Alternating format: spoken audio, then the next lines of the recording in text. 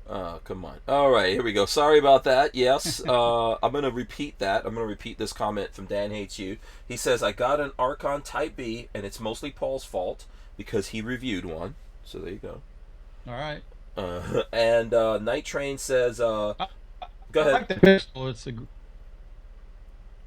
You No, I was there? just say I like the pistol. It's an awesome pistol. Oh, okay. Yeah, I'm Yeah, here. yeah. Let me see. Here's another one. Armin and Axes. I think he's saying, let Paul know I've been sub to him for a long time. So there you go. Thank Um, you. yeah. And then Night Train is saying Biden says Second Amendment not absolute, and call to reinstate assault weapons ban. I'll gotta ask one question. If Lola or any of your viewers heard him say this, did he talk about the deer and the Kevlar vest again? Because that is his favorite line. It drives me nuts when he says that stupid Hmm. line. Yeah. I can what I like I said, I haven't seen what he had to say. I don't know if I'm even going to waste my time seeing what he has to say. Right. I'm going to tell you, it's up to the other politicians there in in D.C. to resist this guy. You know, and I know there are politicians who are going to be doing that. Ultimately, I don't think that Americans, even if they're able to push through this kind of nonsense, I don't think Americans are going to comply with that. Even in the state of Florida that I live in, that has done some terrible things. Just talking to my friends and neighbors, we're not going to comply with that. So you can do whatever you want to do. I always liken this, Paul, to, you know, there's a lot of animal lovers out there, including myself. Would you declaw and defang your animal? Because I would never do it.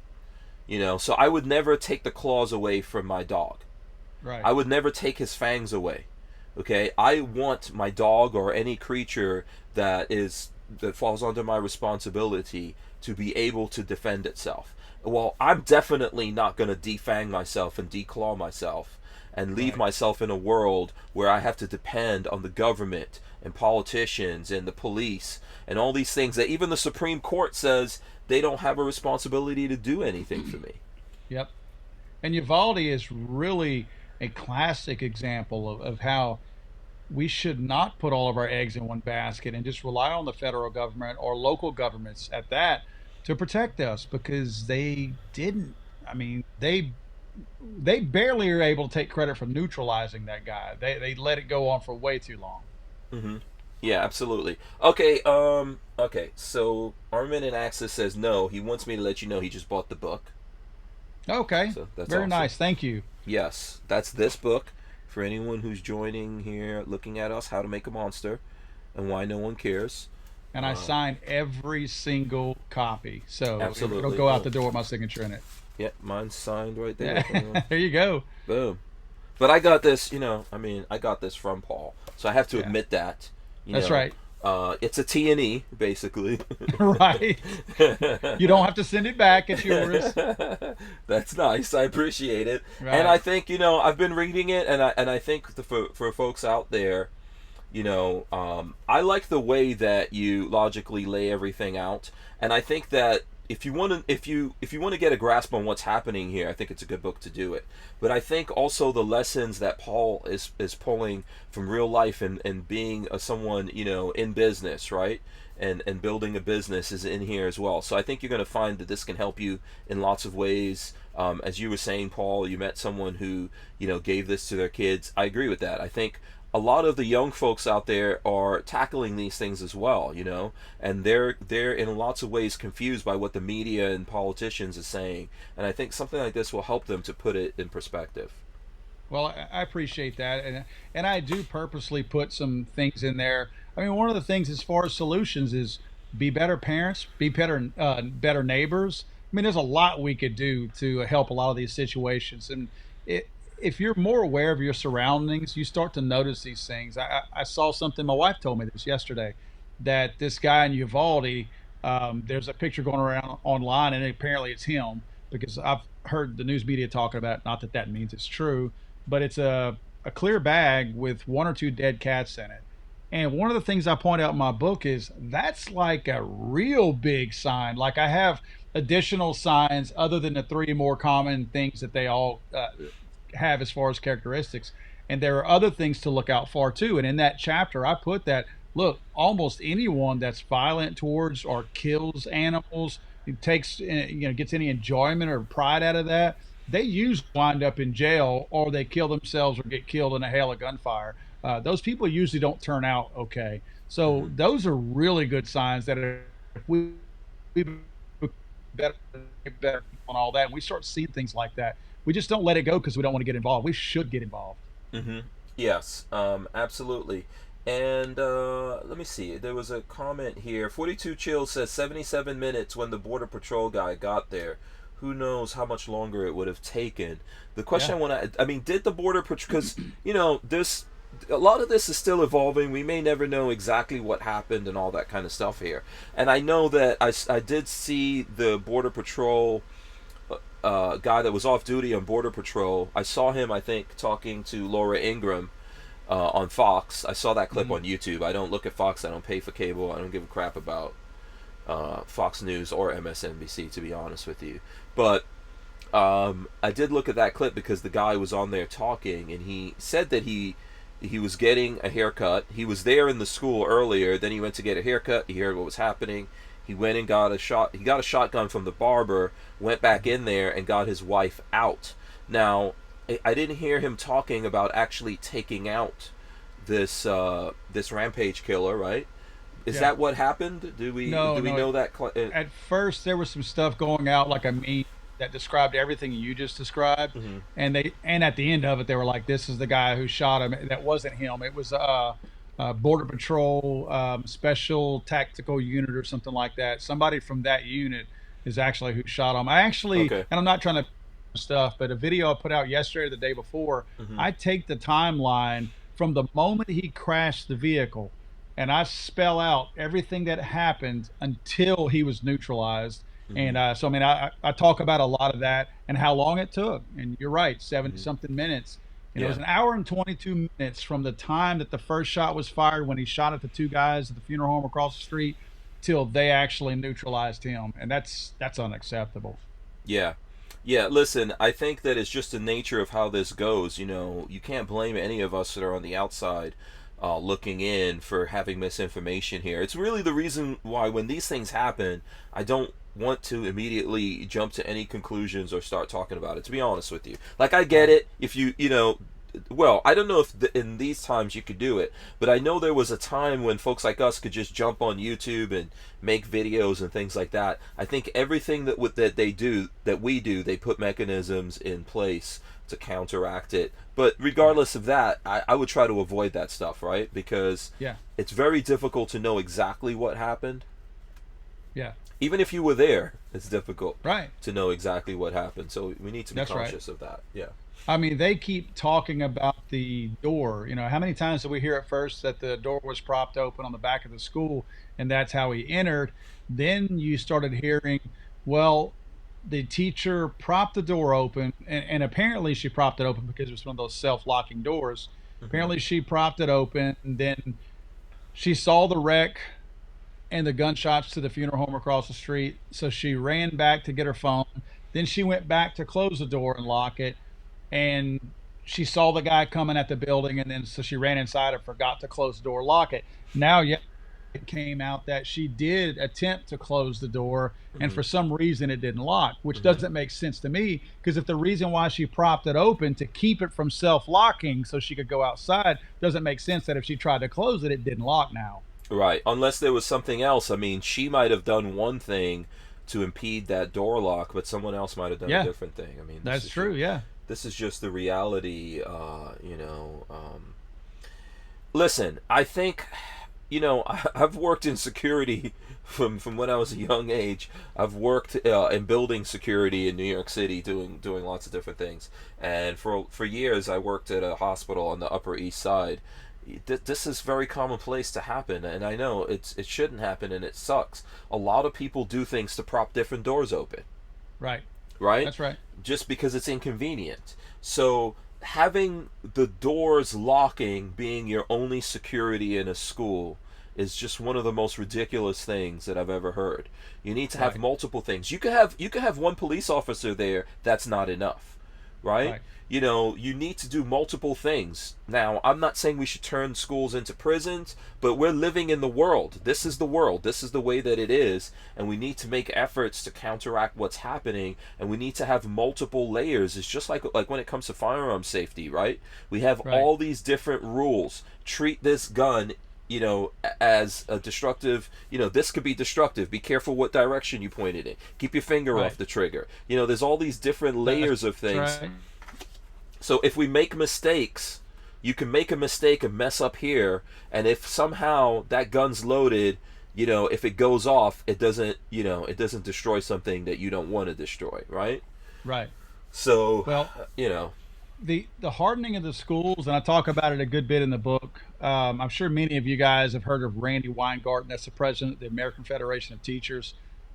She's been getting a lot of play and got a lot of play through the whole mask mandate thing and all that. yeah, that's a very There's a, powerful. The teachers' unions in America are oh incredibly powerful. yes, oh, one of the most powerful. Yeah. She makes the quote that I put in my book: "The one thing we do know doesn't work is when there is simply a reflex to harden schools and arm people, so there will be catastrophe in a school in the event of a really terrible situation." And my book was really, how does she know that hardening a school with metal detectors and arming well-trained individuals with firearms will somehow result in a catastrophe in a school? So I go on to talk about some of the things in here that do work, have worked in other schools, and these people constantly go in there and pick that apart.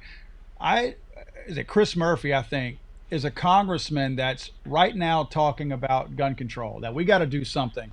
Chris Murphy put a bill out there in 2019 or 2020 to purposefully take any semblance of law enforcement, guns, or anything out of schools permanently. He tried to get past legislation to fund removing police officers from schools because he felt like it was disproportionately slanted at black and brown people.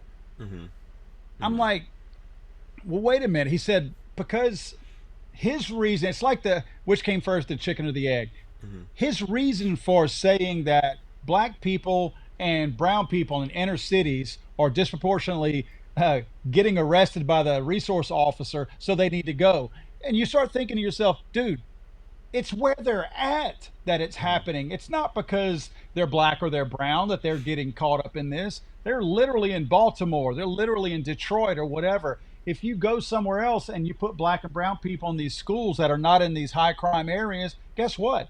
They don't get arrested in those areas. Mm-hmm. It's just like the whole prison thing. How many people are in prison? Well, they're in there because they did something wrong, not because of their color of their skin.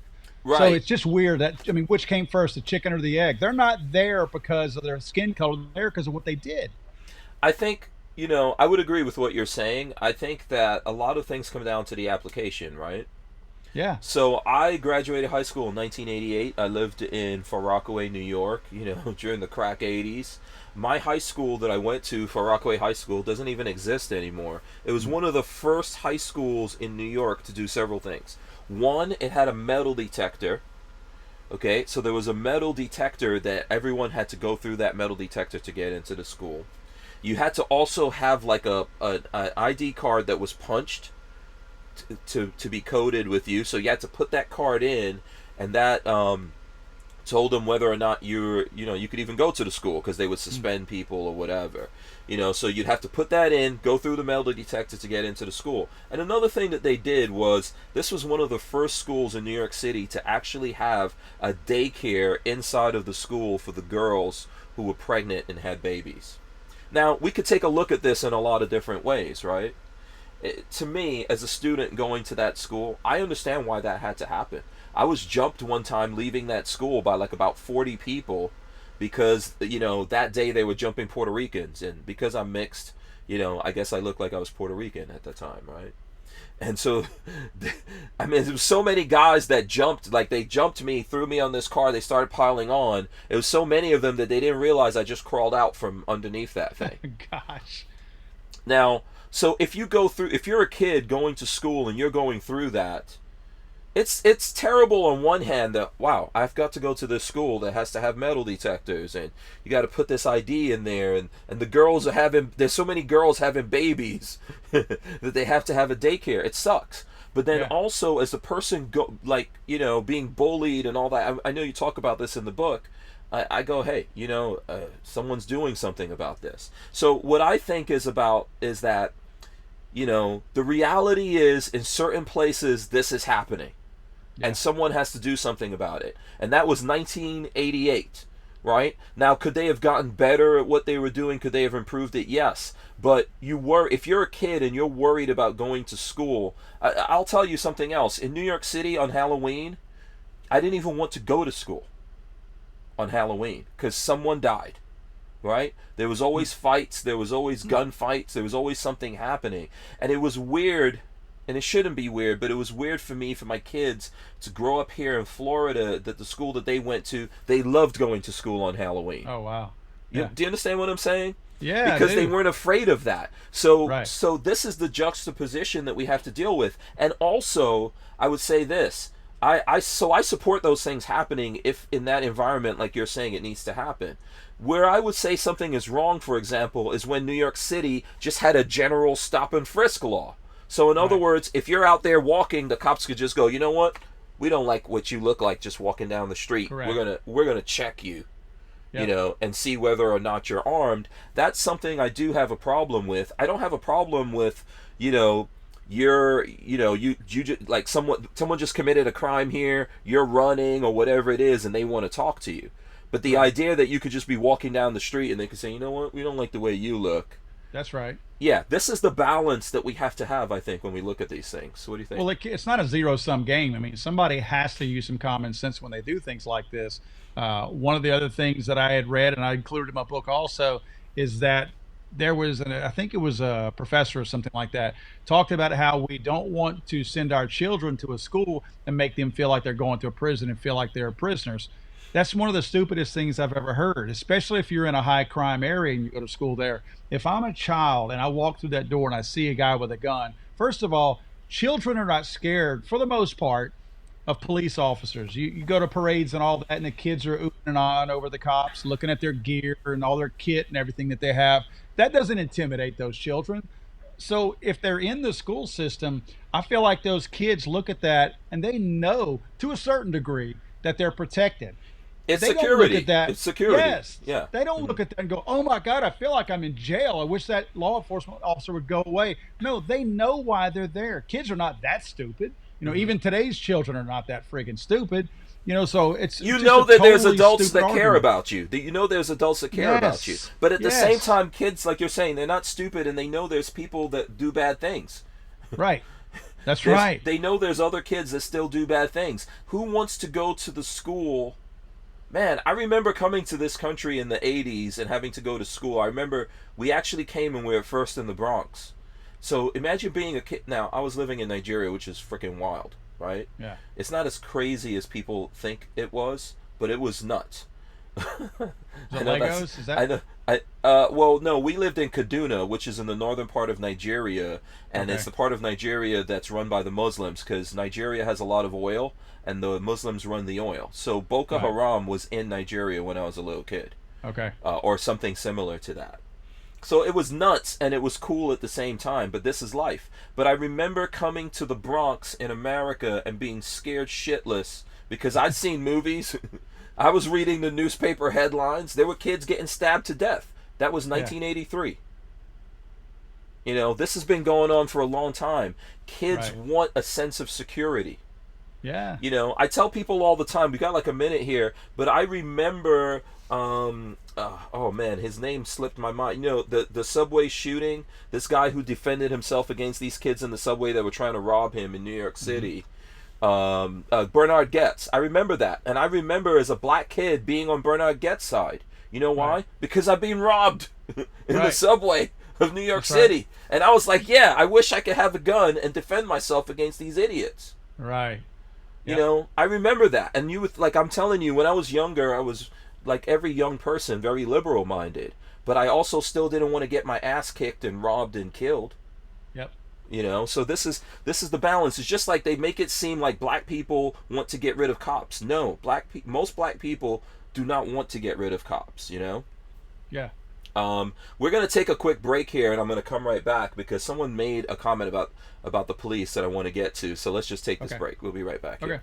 We wouldn't be able to keep the Who Moved My Freedom podcast going without the support of manufacturers like Safety Harbor Firearms. SHF is a quintessential family-owned small business, totally representative of the American dream. Safety Harbor Firearms is a Florida-based manufacturer of the compact entry stock and the SHTF 50 upper for an AR-15 lower. Also, SHF happily delivers on your Sten gun parts needs. So don't forget to check out stenparts.com and safetyharborfirearms.com. Okay, let's see. And here we go. All right, so I know we're at the 9 o'clock hour, so we're gonna start wrapping it up here. I did want to get a comment from Cruiseman that pertains to this whole situation in Uvalde that we were talking a little bit about here. He says lots of pro-police YouTubers are defending the Uvalde cops. You know, I could tell you something. I'm not anti-cop. I'm actually, you could put me in the category of being pro-cops. You know, I just think that in lots of cases in America, we have too many cops. They're not well vetted, and the professionals amongst the cops out there are not properly compensated for the work that they do. So I wish we had less cops, better trained and better vetted. You know, which is the opposite of what we have in a lot of places. But I myself am not anti-cop. However, I think in a situation like what happened in Parkland, what happened in Uvalde and other places where you see whoever it was, whether it was a sheriff's department or a police department, if you respond to a school and it says elementary school out there or high school or kindergarten, you've got no reason to not go into that thing. And yeah, I would have no love for those cops for whatever reason that they came up with that they didn't go in there. So Right. I don't know what you think about that, Paul. I feel the same way. In fact, I do fancy myself as being a pro law enforcement to a certain degree. I also make the distinction in many of my videos that every trade has its scumbags, its corruption, and its really good people.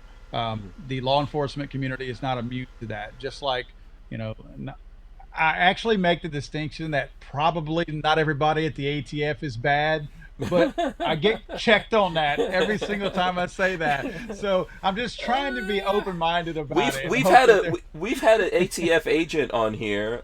His name is Vince. He's a former ATF agent, and every time I have him on, people get really mad. But he's not like the current ATF agents, and there's a difference.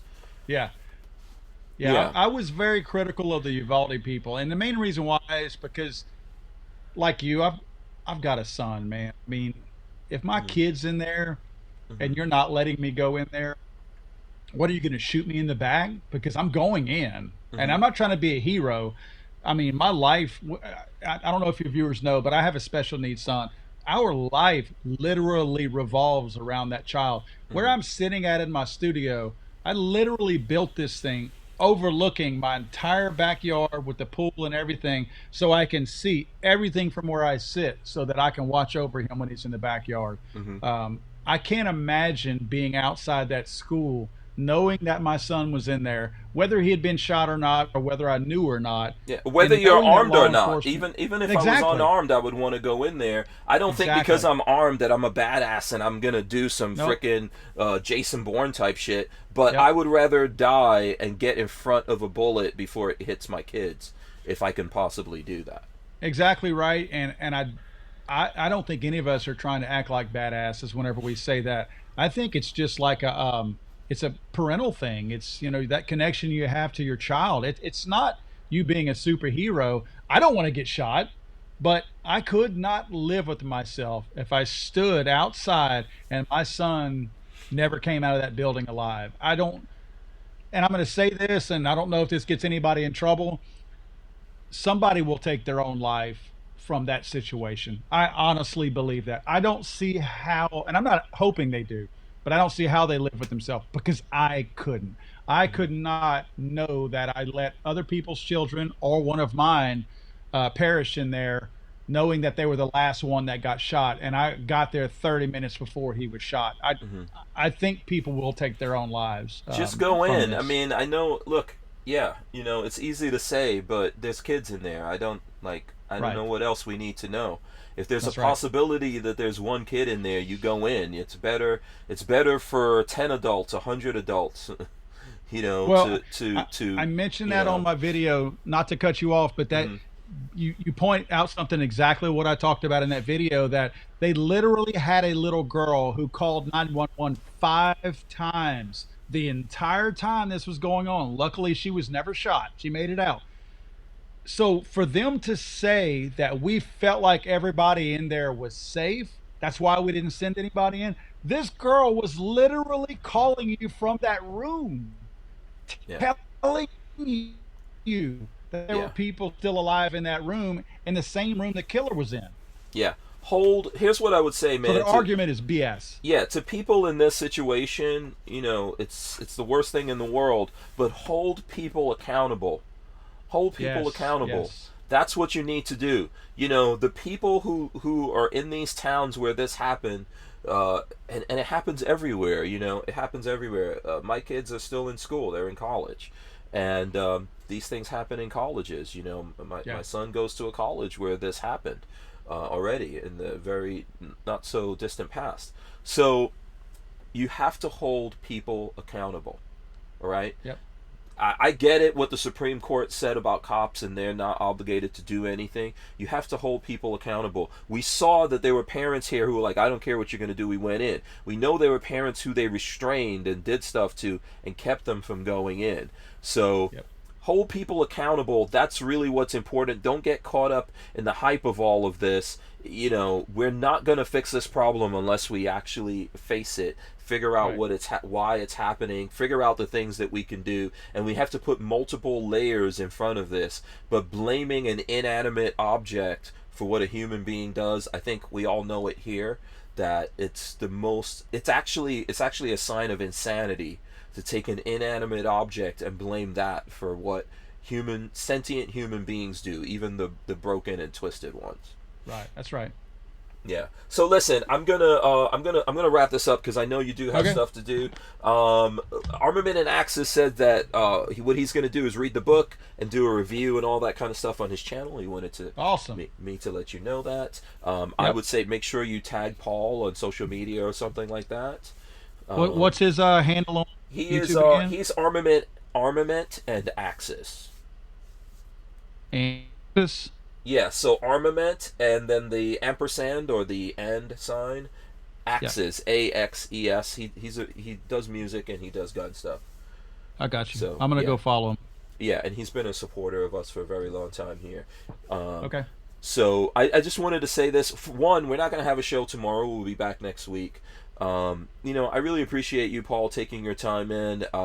You're one of the most genuine people that I know in this Well, thing thank that you. we do. There's lots of good folks out there. I'm not trying to say anything subliminal to anyone. Paul is genuinely one of the best folks that I know out here. Every time I interact with him, whether it's over something like this or in person, he's an awesome person. You guys know that. Lots of people know that in the gun community because they support him. If you're not aware of who he is, I really would ask you guys to follow him, support him, encourage him. There's a lot of things that lots of us are going through right now, and we need to know that we've got you guys' support. And for myself and Lola, thanks so much for coming on the show. For the folks out there, where do you want them to go? How do you want them to support you? How can they communicate with you? Well, obviously, I've been having a website for a long time, and I trimmed it way down. It's legallyarmedamerica.com. Kind of like funnels you to wherever you're going to go. But any social medias, I mean, YouTube is obviously where I have my larger following.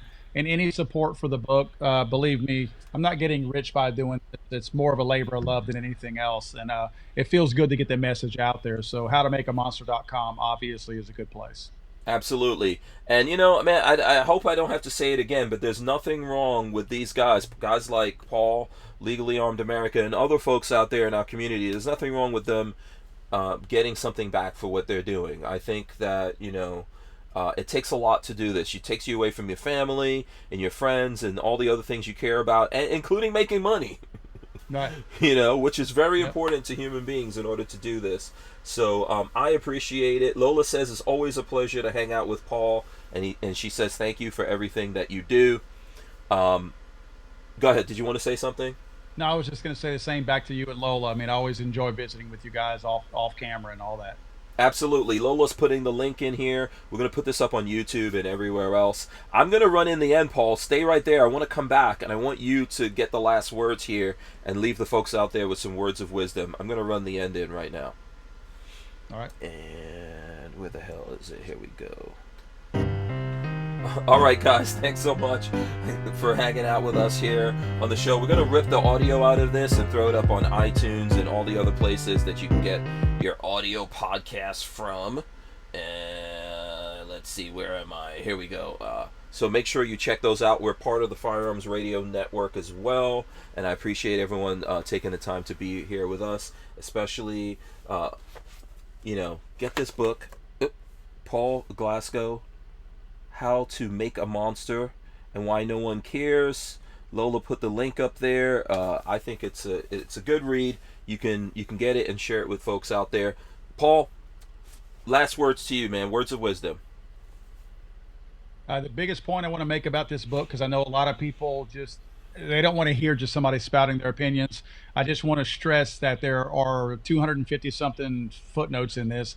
So this is a research book. One of the biggest things that I wanted to take away from this book when I wrote it was I wanted it to be kind of a handbook that if you find yourself in a debate or an argument with an anti-gun person, you've got some pretty good tools in here to basically debunk anything they come at you with, because it's research. And I will tell you the one thing that has happened since August of last year when I put this book out: everyone that has said something negative about what I've said and I refer them to a footnote, they have never responded back to me after that, because I proved to them that I'm using, in fact, some cases, their own websites to give data and facts out there that support everything that I write in this book.